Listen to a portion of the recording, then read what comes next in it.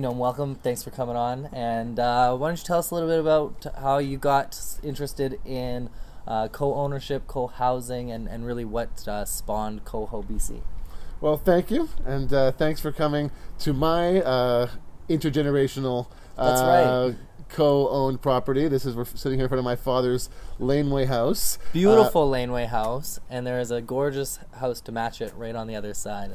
So I'm not only interested in this professionally and academically, but I try to live it because I think it's a viable alternative for intergenerational families, for young families, and for young people in general, and people in general in the city of Vancouver and the region. So it just was obvious to me from my own lived experience and from clients and friends that this Yeah. was something that was important and isn't done enough. It's viable, it's practical.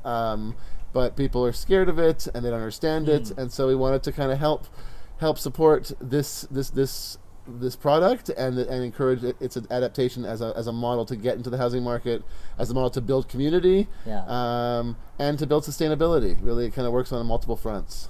So we're kind of thinking some of the pitch on it anyway is that you can get in at a lower price potentially, and I know you're an advocate that it maybe helps deal with some of the isolation problems we have in Vancouver. Is that right? Yeah, so I think we should start maybe with some examples of what co-ownership can look like, Yeah. to get a sense for how it solves some of those problems. Please. So there's a couple of classic examples. We're standing here in front of a house with a laneway house. And unlike many laneway homes, this house was designed with community in mind. It has been designed oriented towards the backyard. Many laneway homes we see in the city are designed as rental suites and kind of oriented to the lane. That's true, yeah. And so really builds the shared space of the yard and this balcony and patio that we're in, and encourages my father to come interact with his grandchildren, etc. So homes and laneway homes are one model that can really, and design how you interact with that space. We have nice shared yard, shared storage space. We share resources. When I need something, I can borrow from him, Yeah. and vice versa. We're seeing this also a lot in Vancouver specials or non-stratified duplexes, where two families or professional couples or whatever can live side by side. Right. This is like a normal stratified duplex, only you know your neighbor before you move in. I mean, normally think about buying a house. I tell my clients all the time, do subject to meeting the other half of the duplex. Right. But in a competitive housing market, that's almost impossible to do. Yeah. In a strata, you read the strata docs, you get some culture, Cross that understanding. subject out if you know the neighbors are bad. Right, exactly. But in a duplex or a triplex, you don't have the opportunity. But when you co-own, you know your neighbors. You know that you have actually an agreement, and we'll talk about this, a partnership agreement that says what you're going to do when you need to fix the roof, Yeah. who's responsible for what parts of maintenance, who's responsible for what costs, and all that is discussed and agreed upon in advance. You're not just buying blind and ending up with somebody who knows what they're going to be. So you've got two folks together, you have a neighbor you like, and again, you can share resources, you can share a yard, you can share your lawnmower, you can share power tools, you can share kids' supplies, look after those kids when you need to. So to go back to your original question, it's creating affordability in that a half duplex in East Vancouver starts at around $1 million, but you can get a Vancouver special for 1.4, 1.6. So your half at 700 to 800,000. You're saving 20 to 30% off an equivalent product. Right. Getting it, nothing in Vancouver is affordable, but on a relative scale, much more reasonably priced for a young family or a couple. So you create affordability, you create community, you know who your neighbors are. You said talking about social isolation. Even though we're living in higher and higher density, we're feeling more and more separated from people, and so you have that interaction, the ability to share yard space and to have common meals and barbecues, and then you create sustainability because you're sharing resources and you're living in a higher density situation. And maybe growing your own food because you can live in that type of environment. So it really does hit kind of all those triple sustainability bottom lines: social, economic, and environmental, all at the same time. Very on trend with the sharing economy. I like this. Absolutely. Yeah. And I mean, so I've talked about some of the higher end models, and there's also kind of more entry level models. So if you're a first time home buyer, Yeah. we saw a lot of when the market was doing this, To buy into a one bedroom in Vancouver, I mean, right now, let's say is around 500,000 is a very competitive entry level. That's the basic, very bottom. You can't find Good almost luck. anything. Yeah, in the 500,000s, exactly, right? 600. 600, exactly. So, in the $500,000 range, you can struggle to get in and compete with every other possible buyer. Or you can partner up with a friend and combine for 700,000. Yeah. Where in a 2-bedroom, 700,000, there actually are some options. The 600,000 is very competitive, but 700 to 800 is doable. Totally. So you've dropped your entry level price to 350, 400 a person instead of 600. You're in a slightly less competitive bidding situation, and as long as you go in with an understanding that we're doing this for a certain period of time, this is a 5-year plan, this is a 3-year plan, a 10-year plan. You build some equity. You're likely to be living with roommates or have lived with roommates at this stage in your life, anyways. Yeah. You build that up together, and then when you're ready, when you're ready to couple off or to have families or you move professionally, whatever the reasons are, you've built up the down payment you need to begin with. So we're seeing that with people combining over 2 bedrooms. Yeah. We're also seeing it with townhouses. So if you want a little more personal space, you don't want to just squeeze into that space. You have a little more equity.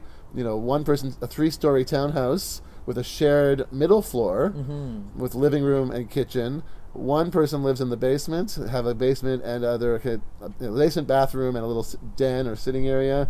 Top floor, someone has maybe a 2-bedroom and bathroom, or again, similar thing. Right. And they share that unit. They each have their own private space, their own private floor, but they share their own kitchens.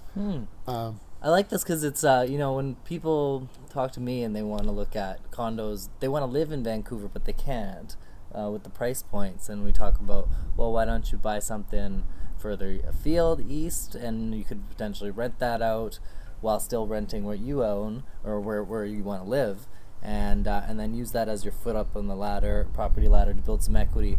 But maybe rather than do that and have the worries of being a landlord, having to manage that, you're also going to lose a good portion of that equity to Revenue Canada, which you won't do on your primary residence. That's true, yeah. So why not just roommate up with somebody you like and pay your own mortgage down rather than like this other scenario? Yeah, it's interesting. I like it. And one thing I was thinking about is, like, in this situation, you're sharing space, right? And that is fine at a certain stage in your life. At a certain stage. At a certain time. And a certain stage is not just when you're young.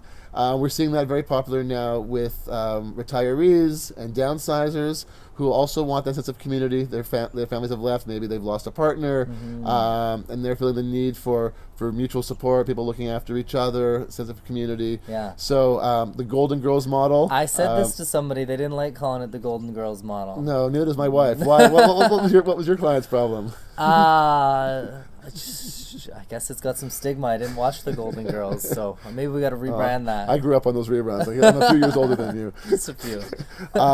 So it's not just. So there are a few stages in life, and it's not about age. It can also be, if you are a single parent. We're seeing single parents team up together to buy property. In this case, you would share a kitchen, share a living room, really share those resources, and that creates the best economic viability and the most kind of shared community.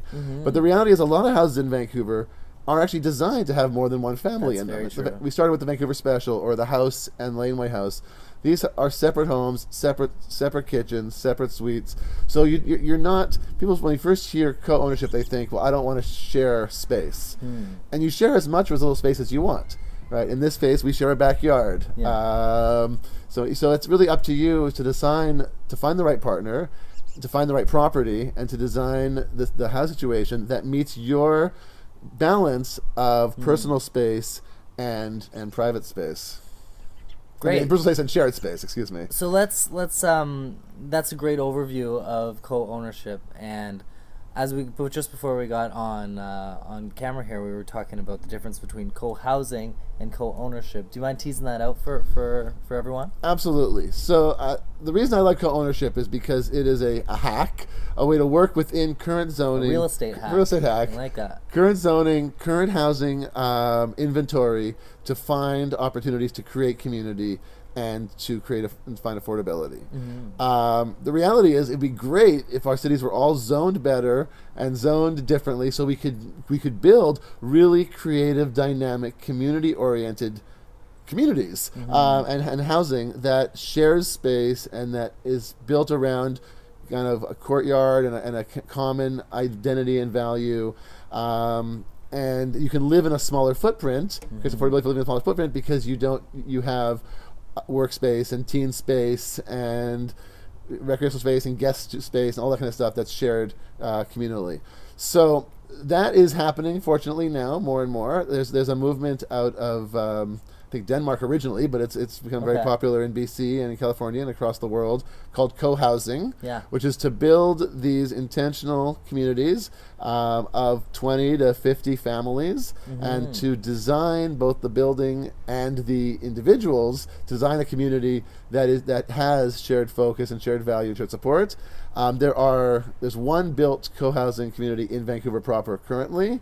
There's another one under construction, and a few more in the works. There's a number around the Lower Mainland. So that is a great option for someone who's looking for that, and also wants to have a stratified property at the end of the day that they can easily resell without some of the complications of co-ownership that we haven't talked about yet.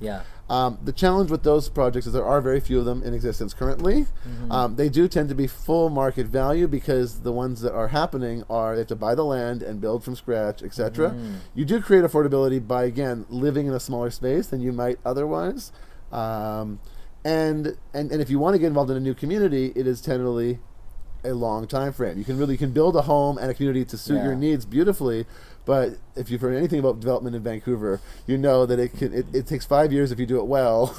And if you're lucky, and it can be 7 or 8, on average sometimes. So there are some challenges with that. You have to find the right community, the right size thing, the right project, the right timeline. And that's the situation with any co-ownership situation too. You got to find the right partner in the right time, right location. But because you're only looking for 1 or 2 partners, and you're looking for properties that are already built, or maybe you're building new, but you're building new on a single lot under current zoning, you can do it in a year and a half instead of in a 7-year time frame. Like the listing I was sharing with you that I had sold, where it's got a special kind of zoning, RS1B, where you can subdivide or stratify the laneway home and sell that separately. So that was kind of one of those examples. And one thing the interesting thing about that property is really it was in a lot of ways a co-development project. So you have to start by co-ownership and work from there. But at the end of the day, you would have 2 stratified separate properties. And there are a number of options for that as well in restoration of heritage homes. The city has, if you put things on the heritage registry, they'll allow you to stratify it, build infill, other interesting things like that. The duplexes that are now allowed across the city. So if you, instead of buying what's there, if you work with a partner to buy a piece of land, hire a builder, build for yourself, then you can own your property separate at the end. You will have cut out the middleman along the way. You've built exactly what you need instead of buying what's off the shelf already made. So co-development can be a great opportunity for people to get in and then have a product at the end that is stratified and their own. So co-ownership sounds amazing. It sounds a lot easier and a lot faster than doing co-housing or co-development either. What are some of the drawbacks?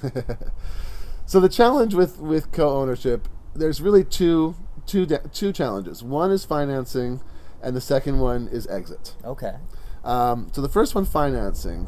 Under Canadian law, all mortgages, I mean, there are other forms of financing, but all mortgages, and they tend to give you the lowest rates and the best products, are registered against an entire property as a whole, which means if you co-own the property, all mortgages will be against every owner and the entire property. So you have to partner together on your mortgage, which is fine, but just you have to be aware that if your partner disappears on you, and if the market tanks, I mean, you're protected by the property's value and like any other purchase, but every single one of you who's on the title is on the hook for the full amount of the mortgage in case your partners disappear, which is why you need a good legal agreement right from the beginning, which basically outlines what happens, who owns what happens if someone stops paying the money, starts paying their portion. You start taking back shares, for example, of the portion, and then when you have the right to sell out from underneath them to protect yourself. So there's a lot of examples of this. There are great lawyers who do this all the time. CoHo, part of CoHo's job was to bring all these different professionals in the same place, realtors and mortgage brokers and lawyers and builders so that we could guide you through the entire process. You don't Yeah. have to reinvent the wheel every time. Right. So we can help you find a good agreement that will protect you. But that's the big question. Is you're on the hook legally for the entire thing together. And so mortgage financing is number one. It also can be an advantage because you're putting all four of you on the mortgage, Yeah. which means you can qualify for stuff that you never would have otherwise. Or if one of you has the down payment and the other one has the good paying job, you can team up in a way that you could never do normally. Neither of you would be able to buy property on your own, right? So Each one's you. Think of who's inheriting something if you got a good job but no money in the bank. That's right. Yeah, if you've got the bank of mom and dad, and your buddy's got the 6-figure salary, That's the way to team do up it. together. So mortgage is number one, and you just understand that going into it and plan accordingly. The second one is resale. I mean, what happens if somebody moves, gets married, goes broke, and needs to sell? Yeah. You have a big fight, etc. The reality is, again, this is where the partnership agreement comes into play. Yeah. And you decide the parameters. We have an agreement we're not going to sell for a minimum of 3 years or X. You can decide, or we sell right away.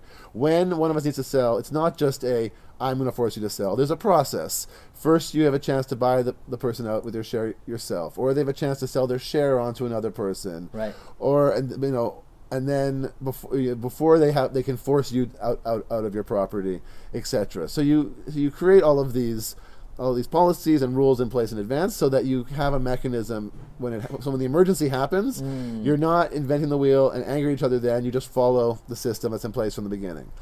That being said, you want to partner with somebody who's got similar goals and timelines. You want to do your due diligence and date accordingly and find an appropriate partner before you jump right in. If the person you're buying with is in a profession that's likely to move into Toronto in the next few years, maybe they're not the best partner. If the person you're with has always said, this is only a 2-year thing, I really want to a giant villa when in a couple of years time, and you see this as your dream home forever, maybe this isn't the right partner. But if you can go in there with similar timelines, similar expectations, and the flexibility to know that if one of you has to move, that you won't get your money out right away. You'll need the 6 months or whatever it is to allow the process to unfold for the person who wants to move. And for the person who wants to stay, they know that they have 6 months to figure out a way to stay, or else they're going to have to move along. Right. But as long as you plan for that accordingly, and I'd like to say this whole thing is like a marriage. I love how you frame it like a marriage. I think that's the perfect metaphor for this because it's a huge commitment. I like how you frame it as a marriage with a known ending, or that is going to come to an end at some point. Yeah, it's really that's it. It's a marriage for here and for now, but it's not until death do us part. Although maybe that is one of the possible outcomes that your accounting will take care of. But it's a marriage. It's really is everything that's a marriage except for the forever. And so you have to date the person, make sure they're the right partner for you. You have to talk about, make sure they have the right financial situation. They want the same neighborhood. They want the same type of shared resources you want. They have the same values that you have. So you date the person, then you date the property. It's not just about dating the person. You have to find the housing that suits your needs, right? Because you have to go out there as a partner, say, okay, well, can we live in a Vancouver Special? Can we live in a new house? What about one of these beautiful old heritage homes, but the basement is so low? Can that work for us? Usually not. Right. So you date the person, and then you date the house. Then you go through the engagement phase where you're saying, okay, now we really got to get to know each other before we make the commitment. What is your financial situation? How stable is your job? How much debt do you have? Are we going to be able to get a mortgage? Right. And then let's sign the prenuptial agreement. Let's make the plans. Let's have the conversations. Let's see what happens when we fight. How we're going to work it out when we disagree on something, right? And go through that whole engagement phase. And then once you know you have the right partner, you understand the kind of housing you're looking for, you've figured out each other's finances and quirks, and you've drafted a prenuptial agreement in the States, then you can go out and actually get married. You can find the right house, you can shop for the right house, and then you can sign the legal agreements and go from there. But it does involve a whole lot of advanced work to build that relationship before you jump into bed together. Which is not to say that people wait till they're married to jump into bed together, but I don't know what circles you roll in. But in that old-fashioned. So it's the old-fashioned marriage, except for it's not forever. That's really good. That's really clever way to frame it. I think one thing I wonder about is when it does end, and maybe one wants to stay or one wants to sell, or and you have, especially for a house, two people, and you're selling half of an interest of a house, how does that generally look and go over? So How easy is that to sell? Right. So CoHo was created. I'm going to take a step back and then answer your question. Yeah. CoHo was created for three reasons. Right. The first one, what we're doing here today, to promote co-ownership as a viable housing choice in the Vancouver and general real estate market. Yeah. And the second one is to guide people through the process if they're choosing to do it. And the third one, ideally, is to create enough of a dating pool and enough interest that it becomes easy to resell your share. Yeah. The truth of the matter is, right now, it is hard to resell a share in a property. It's not impossible. It just happened on MLS just a few weeks ago. The property was listed for a while. It took a long time. It took having a realtor who understood what a co-ownership product was, because you have to understand what you're selling, and a lot of people don't.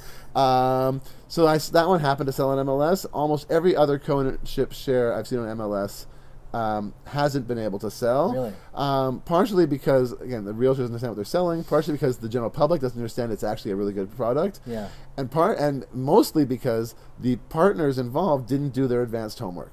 So, for example, going back to that agreement, right? The agreement outlines what happens when you want to sell your share. But if you don't have an agreement in place, you don't have a mechanism by which to screen other people, to create financing for other people. So if you have so there was a property, for example, that was been bought together by two friends in the 70s. Yeah. They lived in it for almost 50 years. Wow. One of them died. Yeah. The estate had the property. They wanted to sell. It was always done on a handshake and understanding deal. But now this older couple had lived in the house forever. They had no mortgage. So they were not willing to sign on to the mortgage of a new couple that was coming in. Yeah. They felt no need to sign an agreement because they've been living there forever. They've been in their house 40 years. But new people wanted to meet with them, plan with them, strategize with them, but they didn't feel necessarily that need to do it because they're comfortable. They're comfortable where they are. It's fine. And at the end of the day, they end up buying out the other half for a very cheap price. Now, if you had a partnership agreement in place, you could have had a mechanism to sell that other share, a commitment to co-signing on a mortgage, or at least to meeting people, interviewing people, to having a plan. Yeah. You would have had a mechanism to value your half of the share if they wanted to buy you out, not just a direct negotiation when no one else would buy it and you were desperate, but let's get a certain number of appraisals or realtors coming through and create a market share and buy it out. And then if that failed, you'd have a third mechanism to force them to sell their half. So the people the person who died first, that estate was forced to sell at a discount to the other people because they hadn't protected their own interests effectively. So had they just spent $1,000 in a couple hours in advance with a lawyer, they could have avoided this whole situation that probably could have resold.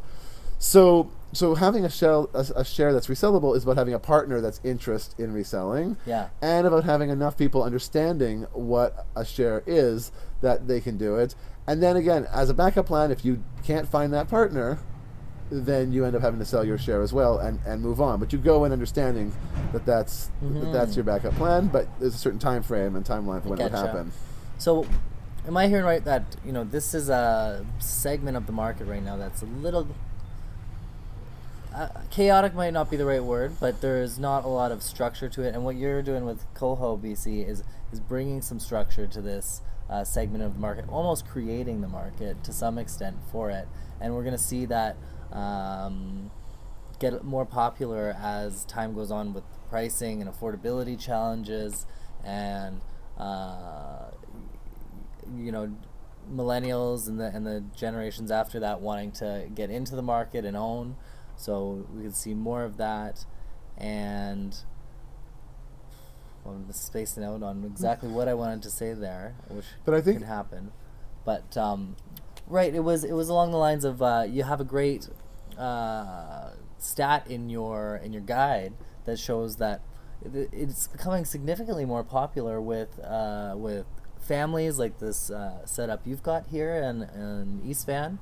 And as well with friends being sort of, I would imagine, roommates in potentially condos, townhomes, or even Vancouver specials. So it's getting more popular. Yeah, and we're seeing more people actually interested even in meeting strangers. And I was saying, like, going That out too, yeah. and dating and this Yeah. kind of partner dating. I have a couple of couples. If you have some clients who might be interested in dating other couples, I have a couple young families who are looking for housing partners right Maybe. now, and I have some seniors looking to form and create housing communities. Have we got an app for it yet?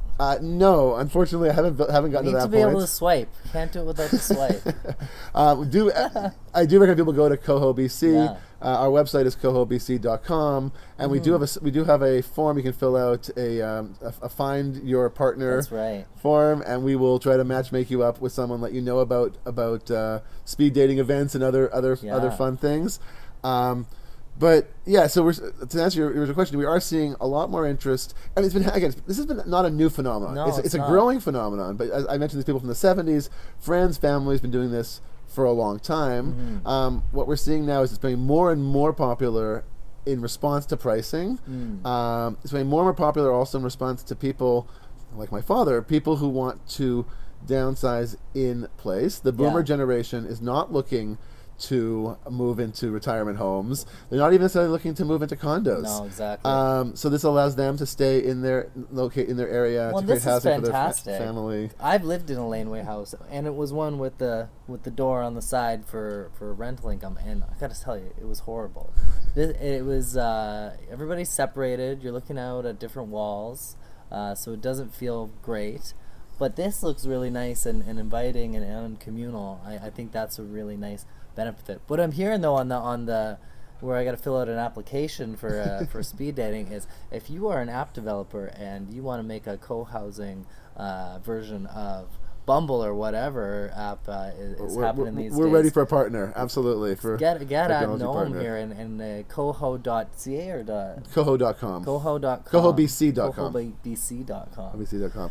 And that's what's happened in other countries. So this is, I'd like to think I'm the only one doing this, but there's a group in Toronto called GoCo doing similar stuff. And internationally, there's groups in New Zealand and Australia which were created by mortgage brokers and financiers through an app. There's a couple apps that bring people together from a financing perspective and then get them into the housing. I've started more from the housing side of things. And in other parts of the world, like the UK, they have what are called shared ownership properties, where the government or a nonprofit owns 75% or 50% of the property, and you buy in at whatever point you can afford, and over time you can buy it back.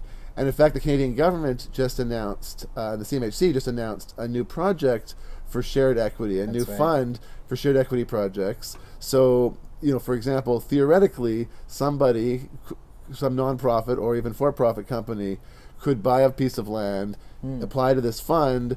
You could then buy in at 25-50% share of your property, and over time buy up more of it. So this is a growing model in a variety of forms. And in fact, the federal government had this first-time homebuyer program recently. It's not a grant; it's actually a shared equity program. They would give you 5% of your down payment, but they would expect a 5% ownership stake 5% back at the end of the day. So this model of separating the end user occupier from the complete home owner makes a lot of sense. And then another model of this, for example, is the bank of mom and dad. So a lot of people only can buy because their parents give them money.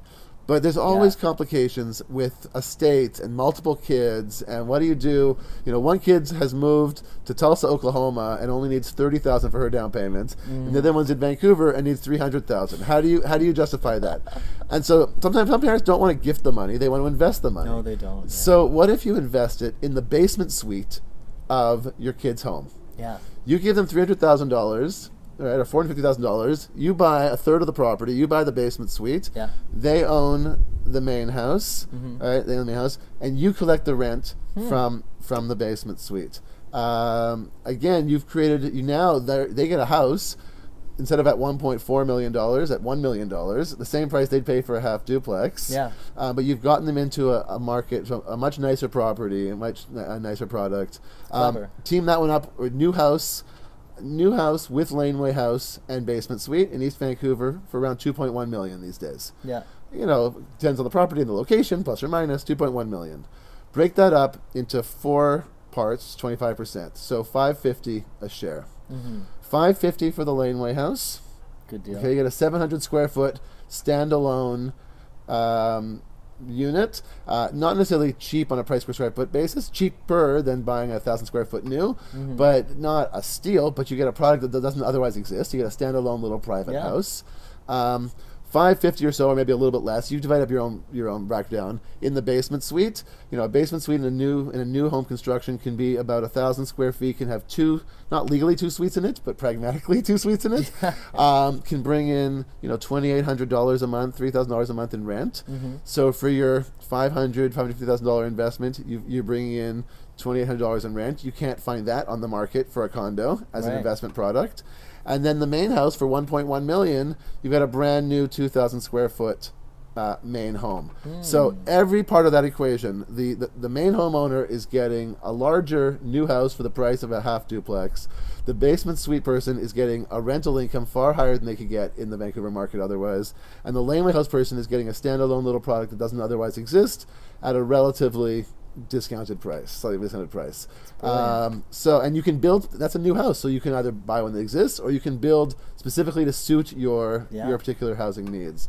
So the real, again, savings, economic savings, the opportunity for products that don't otherwise exist, either as an investor or as a laneway person, and then community, opportunity for the investor or the friend and the people all kind of to share space. And the investor has someone who's going to manage the property for them. They don't need to be here dealing with tenants and dealing with building problems you'd have if you had a random building. So Sounds it works like for everybody. a home run as long as you can just kind of shift your thinking a little bit. I think that's the main challenge is the shift in thinking. It's not as liquid an asset as otherwise your home would be, but real estate shouldn't be seen as a liquid asset. I think that's part of what you get at with what you do, and what a lot of people have been saying for the past few years too, right? But we don't often see it treated like that in our day to day, but that's a great one. Well,